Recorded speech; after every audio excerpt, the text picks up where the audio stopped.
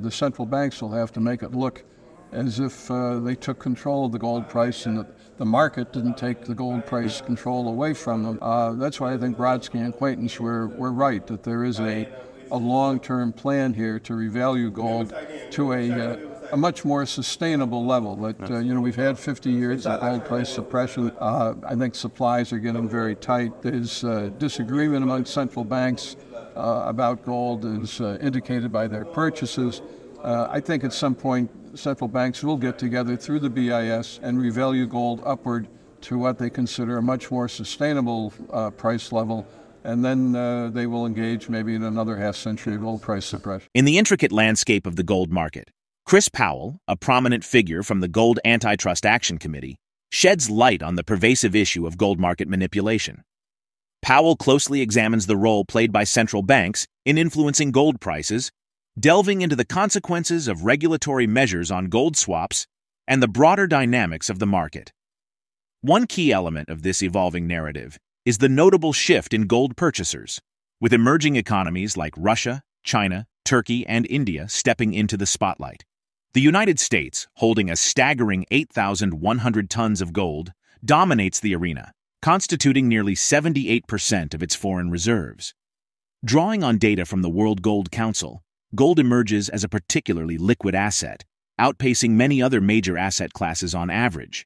However, recent developments in financial regulations, such as Basel III, indicate that holding gold on a bank's balance sheet will become more costly. The net stable funding ratio now demands 85% of the required stable funding. Powell asserts that central banks, including the Bank for International Settlements, BIS, have recognized gold as a valuable asset. The introduction of Basel III regulations, in his view, reflects a concerted effort to pivot the global financial system away from an excessive reliance on the US dollar, steering it towards gold.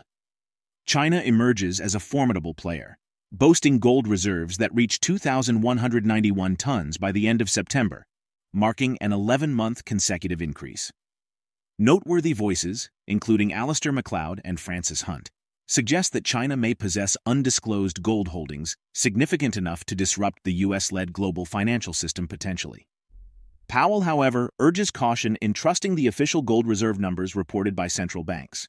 He cites instances, such as Saudi Arabia's gold reserves a decade ago, as examples of potential deception by governments regarding their gold holdings. Join us as we delve into insights shared by ChrisPowell. To stay updated with our latest uploads, be sure to subscribe to our channel and activate notifications. Thank you. I think the central banks, through the BIS, are preparing for a much higher gold price. I mean, the acquisition of gold, which has been dramatically increased over the last year and a half by central banks, is an acknowledgement of that. Central banks increasingly see gold as a first-tier financial asset, an asset equal to U.S. dollar cash and U.S. treasuries. So that has been made explicit by the BIS's new Basel III regulations. I know there are some people, I think particularly the U.S. economists Paul Brodsky and Lee Quaintance, believe that the major central banks have been working together for some years now to redirect the world financial system away from the dollar and toward gold, so that when the excessive unpayable bonded debt of the United States and other major countries crashes or is devalued, the devaluation will be offset by the gold reserves that central banks are increasing, so that they will be they're hedging themselves against a forthcoming devaluation of the dollar and other currencies. There's been a flow of physical from west to east, but you can't rely on central bank gold reserve official totals. They're not reliable. China went for some years without reporting any change in its gold reserves, and 2 or 3 years ago, all of a sudden they had an increase in reserves by more than 1,000 tons.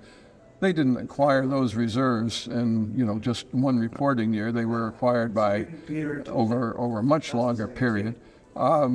China stores, we believe, I'll just go or accounts for a lot of its gold reserves on the books of its government-owned banks rather than on the books of the People's Bank of China. So while the People's Bank of China may report it has 3,000 tons of gold, the Chinese government banks may have another 5,000 tons of gold that are not put on the books of the People's Bank of China. This happened with Saudi Arabia, I think, about 10 years ago. The World Gold Council, I think, once reported that there'd been a big increase in Saudi Arabia's gold reserves.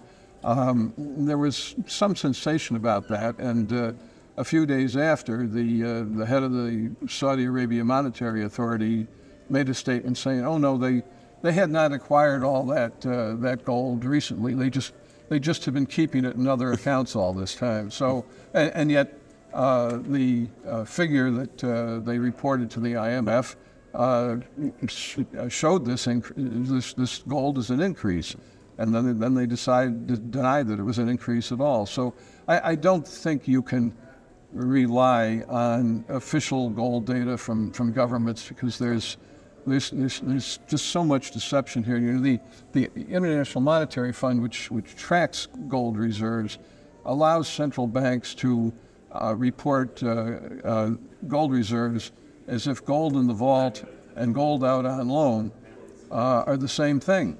A central bank could have 1,000 tons of gold reported to the IMF, and 900 tons of that could be loaned out and not even in the vault anymore, but the IMF would allow the central bank to keep reporting that it had 1,000 tons of gold when most of that gold was impaired. In Powell's analysis, there is a belief that central banks are discreetly engaging in the gold market through the Bank for International Settlements in Basel, Switzerland, functioning as a conduit for their gold transactions. The underlying rationale, as posited by industry experts, revolves around the desire of these central banks to safeguard against the risk of foreign seizures. Many of these institutions aim to bolster their gold reserves as a precautionary measure in anticipation of current or potential future sanctions. Notably, during the early 1990s and 2000s, central banks were consistently divesting themselves of gold, as robust economic growth diminished the allure of bullion compared to currencies in various regions.